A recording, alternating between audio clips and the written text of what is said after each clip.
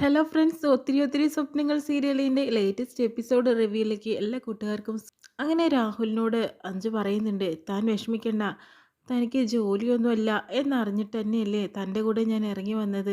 ആരൊക്കെ എന്തൊക്കെ പറഞ്ഞാലും ഞാൻ തന്നെ ഒരിക്കലും വിഷമിപ്പിക്കില്ല രാഹുൽ എന്ന് പറയുന്നുണ്ട് കേട്ടോ. ആൻറ്റി പറഞ്ഞത് ശരിയല്ലേ, എനിക്ക് എന്തായാലും ഒരു ജോലി കിട്ടും. ഞാൻ ഫ്രണ്ട്സിനോടൊക്കെ ഒന്ന് അന്വേഷിക്കുന്നുണ്ട്. അല്ലെങ്കിൽ ഒരു കാര്യം ചെയ്യ് രാഹുൽ, ഒരു വീട് വാടകയ്ക്ക് എടുക്ക്. തൽക്കാലം ഇപ്പം എനിക്ക് ജോലിയുണ്ടല്ലോ, നമുക്ക് ഒരുമിച്ച് ജീവിക്കാന്നേ, ആരെതിർത്താലും. അതൊന്നും വേണ്ട, തൽക്കാലം നീ ഇവിടെ തന്നെ നിൽക്ക്, നമുക്ക് നോക്കാന്നേ എന്ന് പറയുന്നു കേട്ടോ. ആ സമയത്ത് അഭി വരുന്നുണ്ട് കേട്ടോ. ഇത്രയും കാലം നോക്കിയത് പോരെ, നിങ്ങൾ അന്നേ ഒരുപാട് ചിന്തിച്ചിരുന്നെങ്കിൽ തൻ്റെ വയറ്റിൽ ഇപ്പോൾ ഒരു കുഞ്ഞുവാവ് ഉണ്ടാവുമായിരുന്നു, രാഹുലേട്ടൻ ഒരു നല്ലൊരു ജോലിയും കിട്ടുമായിരുന്നു. ഇപ്പോഴാണ് ഓരോ കാര്യങ്ങൾ. ഇനി എന്തായാലും രാഹുലേട്ടന് ജോലിയൊക്കെ കിട്ടട്ടെ, എന്നിട്ട് നോക്കാം. അതിൻ്റെ മുന്നേ തന്നെ ഹരിത നിങ്ങളിൽ നിന്ന് തട്ടിയെടുത്തിട്ടുണ്ടാകുന്ന ആ സ്വത്തും എല്ലാം തന്നെ ഞാൻ തിരിച്ചു പിടിച്ചു തരും. ജീവിതത്തിൽ ആദ്യമായിട്ട് ഞാനൊരു നല്ലൊരു കേസ് ഏറ്റെടുക്കാനായിട്ട് പോവാണ്. വടക്കുന്നാഥൻ എന്നെ സഹായിക്കട്ടെ.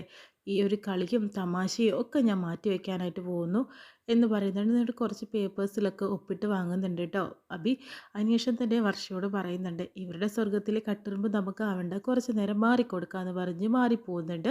അതിനുശേഷം രാഹുൽ അച്ഛനോട് പറയുന്നുണ്ട്, ഞാൻ പോട്ടെ അഞ്ജു, ഇനിയിപ്പോൾ ഇന്ന് രാത്രി എവിടെ കിടക്കും? മൃദുൽ എന്തെങ്കിലും ഒരു വഴി കാണിച്ചു തരാമെന്ന് പറഞ്ഞിട്ടുണ്ട്, അതിലൂടെ തന്നെ നീങ്ങാം എന്ന് പറയുന്നുണ്ട്. രാഹുൽ ഒരു കാര്യം ചെയ്യും, അവിടെ തന്നെ നിൽക്ക്, ഞാനൊരു സാധനം എടുത്തുകൊണ്ട് വരാമെന്ന് പറഞ്ഞിട്ട് പോന്നു.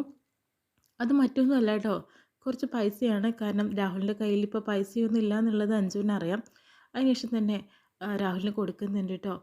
എന്താണോ ഇത്, എനിക്കിതൊന്നും വേണ്ട, അത്യാവശ്യത്തിന് പൈസയൊക്കെ എൻ്റെ കയ്യിലുണ്ടെന്ന് പറയുന്നുണ്ട്. അയ്യോ, എൻ്റെ കയ്യിൽ ഇത് വെച്ചാൽ അത് വെറുതെ എൻ്റെ കയ്യിൽ വെച്ചിട്ട് ഒന്നും കാര്യമില്ല, തൻ്റെ കയ്യിൽ വെക്കണ്ട, ബാഗിലിട്ടാൽ മതി, ആവശ്യമുള്ളപ്പോൾ ഞാൻ ചോദിച്ചോളാം എന്ന് പറയുന്നുണ്ട്. എന്നെ ഒരുപാട് സമയം ഇവിടെ നിർത്തി കഴിഞ്ഞിട്ടേ എന്നെ വിഷമിപ്പിക്കാൻ നിൽക്കണ്ട അഞ്ജു, ഇപ്പം ഞാനല്ലേ കരയുന്നത് രാഹുൽ എന്ന് പറയുന്നുണ്ട്. എന്നാലും ഞാൻ പോയിട്ട് വരാമെന്ന് പറഞ്ഞ് പോന്നു. പിന്നീട് രാത്രി തന്നെ വർഷയുടെ റൂമിൽ ഒരു ഗിഫ്റ്റ് വെച്ചിട്ടുണ്ട് കേട്ടോ. വാലൻറ്റൈൻസ് ഡേ ആണ്. വിവേക് തന്നെയാണ് ആ ഗിഫ്റ്റ് അവിടെ കൊണ്ടുവന്നത്. അതിനുശേഷം തന്നെ ഇതിപ്പോൾ വിവേകിൻ്റെ ഗിഫ്റ്റ് ആയിരിക്കും എന്ന് ആലോചിച്ചുകൊണ്ടിരിക്കുകയാണ്. അപ്പോൾ വിവേക് ഇവിടെ എവിടെയോ ഉണ്ടല്ലോ എന്ന് പറഞ്ഞ് തിരയുന്നുണ്ട്. പക്ഷെ അവിടെ വിവേകൊന്നും ഇല്ല കേട്ടോ. അതിനുശേഷം തന്നെ ഫോണിലൊരു മെസ്സേജ് വന്ന് കിടക്കുന്നുണ്ട് വിവേകിൻ്റെ. അങ്ങനെ ആ ഒരു മെസ്സേജ് കേൾക്കുന്നുണ്ട് കേട്ടോ. എൻ്റെ പോക്കിക്ക് വേണ്ടിയിട്ട് എനിക്കൊരു സർപ്രൈസ് ഗിഫ്റ്റാണെന്നൊക്കെ പറഞ്ഞിട്ട് കേട്ടോ. വാലൻറ്റൈൻസ് ഡേ ആണ്. പിന്നെ ആ ഗിഫ്റ്റ് എങ്ങനെ അവിടെ എത്തിയെന്ന് ചോദിക്കുമ്പോഴത്തേനും അത് കണ്ടുപിടിച്ചിട്ടുണ്ടെങ്കിൽ ഒരു സ്പെഷ്യൽ ഗിഫ്റ്റ് കൂടി പൊക്കിക്കുണ്ടെന്ന് പറയുന്നു കേട്ടോ. ആ സമയത്ത് മനസ്സിലാക്കുന്നുണ്ട്, അങ്കിത അവിടെ വന്നിട്ടുണ്ടായിരുന്നു. കുറച്ച് സമയം അങ്കിതിനെ അവിടെ കാണാനുണ്ടായിരുന്നില്ല. വാഷ്റൂമിലാണെന്നാണ് പറഞ്ഞത്. അപ്പോൾ തന്നെ മനസ്സിലായത് അങ്കിതിൻ്റെ അടുത്ത് കൊടുത്തു വിട്ടതാണല്ലേ എന്ന് പറയുന്നുണ്ടായിരുന്നു. ആ, മിടുക്കിയാണല്ലോ, സുന്ദരിയാണ്, എന്നാൽ പിന്നെ ഒരു ഉമ്മയായിക്കോട്ടെ എന്ന് പറയുന്നുണ്ട് കേട്ടോ. അതേ, വൃത്തിയോട് പറയാൻ നിൽക്കരുതെന്ന് പറയുന്നു കേട്ടോ. ആ സമയത്ത് വൃത്തികേടൊന്നുമല്ല, ഇല്ലെങ്കിൽ എനിക്ക് തിരിച്ചു തന്നേക്കെന്ന് പറയുന്നു. ഇതേ, ഞാൻ വിവേകിനോടൊന്നും സംസാരിക്കില്ല. ഇനി വിവേക് എന്തെങ്കിലും മെസ്സേജ് അയക്കുന്നതിന് മുന്നേ തന്നെ ഞാൻ പോയി കിടക്കാൻ പോവുകയാണെന്ന് പറഞ്ഞിട്ട് പോകുന്നു. ആ സമയത്ത് തന്നെയാണ് അവിടേക്ക് പിന്നീടും വർഷ വിവേകിൻ്റെ ഫോണ്, അതായത് മെസ്സേജ് നോക്കാതെ സമാധാനമല്ല. അങ്ങനെ വിവേക് പിന്നീട് വർഷയോട് പറയുന്നുണ്ട്, ഞാനും മമ്മിയും ഉടനെ തന്നെ തിരിക്കും. അതിനുശേഷം ഏത് പാതിരാത്രിയാണെങ്കിലും ഇന്ന് തന്നെ എനിക്ക് കണ്ടേ പറ്റുള്ളൂ, ഞാൻ തന്നെ വിളിക്കും, അപ്പോൾ ഇറങ്ങി വന്നേക്കണം എന്ന് പറയുന്നുണ്ട്. അങ്ങനെ വന്നിട്ടില്ലെങ്കിൽ എല്ലാവരുടെ മുന്നിൽ താൻ എന്നെ ഇഷ്ടമാണെന്നുള്ളത് ഞാൻ വിളിച്ചു പറയുമെന്ന് പറയുന്നു. അപ്പോഴത്തേനും വർഷയ്ക്ക് തിരിച്ച് മറുപടി പറയുമ്പോൾ ഓൺലൈനിൽ വിവേക് ഇല്ല കേട്ടോ. അതിനുശേഷം തന്നെ പിന്നീട് ഇനി എന്ത് ചെയ്യുമെന്ന് ആലോചിച്ചുകൊണ്ടിരിക്കുകയാണ്. അങ്ങനെ അഞ്ജു രാഹുലിനെ വിളിക്കുന്നുണ്ട്, പക്ഷേ ഫോൺ സ്വിച്ച് ഓഫ് ആണ്. അഭി വന്നിട്ട് പറയുന്നുണ്ട്, എന്താ അഞ്ജു ഇങ്ങനെ വിഷമിച്ചുകൊണ്ടിരിക്കുന്നത്, കുറേ സമയമായിട്ട് രാഹുലിൻ്റെ ഫോൺ സ്വിച്ച് ഓഫ് ആണ്, എന്നാൽ പിന്നെ മൃദുലിനെ വിളിച്ച് നോക്ക്. മൃദുലാണെങ്കിലോ അഞ്ച് വിളിക്കുന്നതിന് തൊട്ട് മുന്നേ ആയിട്ട് വിളിക്കുന്നുണ്ട് കേട്ടോ. രാഹുൽ ഇന്ന് എന്താ അവിടെ തന്നെയാണോ രാത്രി എന്ന് ചോദിക്കുമ്പോഴത്തേനും രാഹുൽ ഇവിടുന്ന് നേരത്തെ പോന്നു, ഇതുവരേക്കും രാഹുൽ എന്തായാലും ഫോൺ എടുക്കുന്നില്ല, എന്തോ ഒരു അപകടം പോലെ എനിക്ക് തോന്നുന്നുണ്ട് മൃദുൽ, ഒന്ന് അന്വേഷിക്കണേ എന്ന് പറയുന്നു. അങ്ങനെ മൃദുലിനും ടെൻഷൻ ആവുന്നുണ്ട് കേട്ടോ. പിന്നീട് എല്ലാവരും കൂട്ടിയിട്ട് അന്വേഷിക്കാനായിട്ട് പോകുന്നുണ്ട്. പിന്നീട് രാത്രി വിവേക് വന്നെന്നറിഞ്ഞിട്ട് വർഷ പുറത്തിറങ്ങി നോക്കുന്നുണ്ട്. അങ്ങനെ പെട്ടെന്ന് തന്നെ കാണുന്നത് മറ്റാരും ഒന്നല്ല, ശ്രീനാഥിനെയാണ് കേട്ടോ. അങ്ങനെ വർഷ ശ്രീനാഥിനെ കാണുമ്പോഴത്തേനും ആകെ ഞെട്ടി നിൽക്കുന്നുണ്ട്. വിഷമവും അതിനുപരി അത്ഭുതമൊക്കെ തോന്നുന്നത് പോലെ നിൽക്കുന്നത് കേട്ടോ. എന്താടോ താനിങ്ങനെ ടെൻഷനായി നിൽക്കുന്നത്? ഞാൻ വിചാരിച്ചു എന്നെ കാണുമ്പോൾ താൻ എന്നെ വന്ന് കെട്ടിപ്പിടിക്കുന്നൊക്കെ. കാരണം ആരെ ഞാൻ മരിച്ചെന്ന് വിചാരിച്ചാലും താനത് വിശ്വസിച്ചിട്ടില്ലല്ലോ. എന്നിട്ടാണോ ഇങ്ങനെ നിൽക്കുന്നത്? തൻ്റെ കൈ എന്തെങ്ങനെ തണുത്തതുപോലെ എന്ന് പറയുന്നുണ്ട്. എന്നെ വിശ്വാസമായില്ലേ? എല്ലാവരേക്കാളും കൂടുതൽ എനിക്ക് വിശ്വാസമുണ്ട്. അതുകൊണ്ടാണല്ലോ ഞാനിവിടെ നോക്കി നിന്നത്.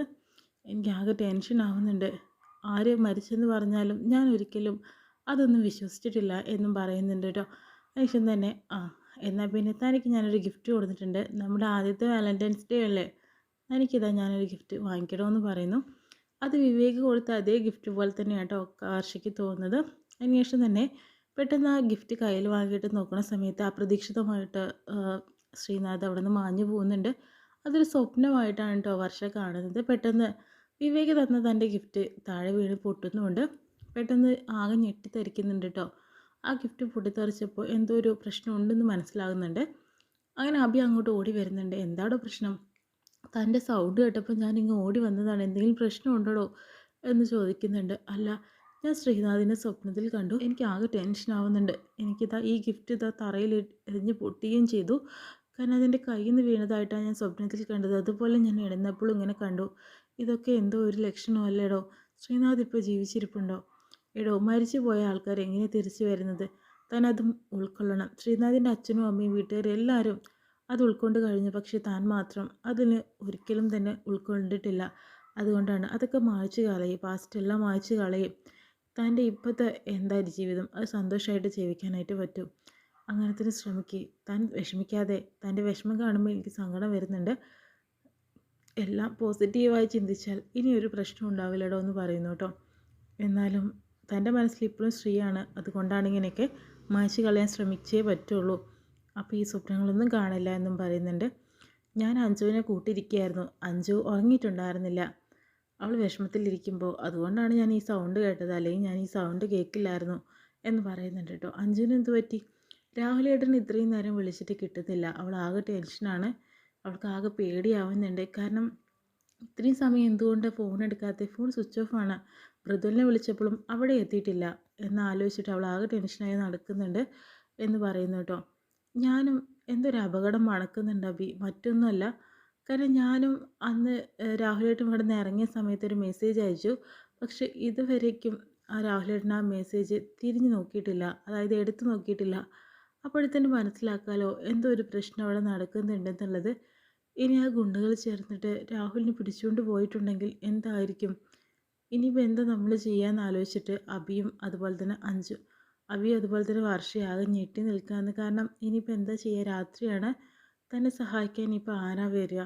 ഒരു വട്ടം തന്നെ ആ ഫിലിം സ്റ്റാർ നമ്മളെ സഹായിച്ചു. ഇനിയിപ്പോൾ ആരായിരിക്കും എന്ന രീതിയിൽ ആലോചിച്ചുകൊണ്ട് നിൽക്കാട്ടോ അഭിയും അതുപോലെ തന്നെ വർഷയും. ഇത്രയും കാണിച്ചുകൊണ്ട് ഇന്നത്തെ എപ്പിസോഡ് വിശേഷം കഴിയുന്നത്.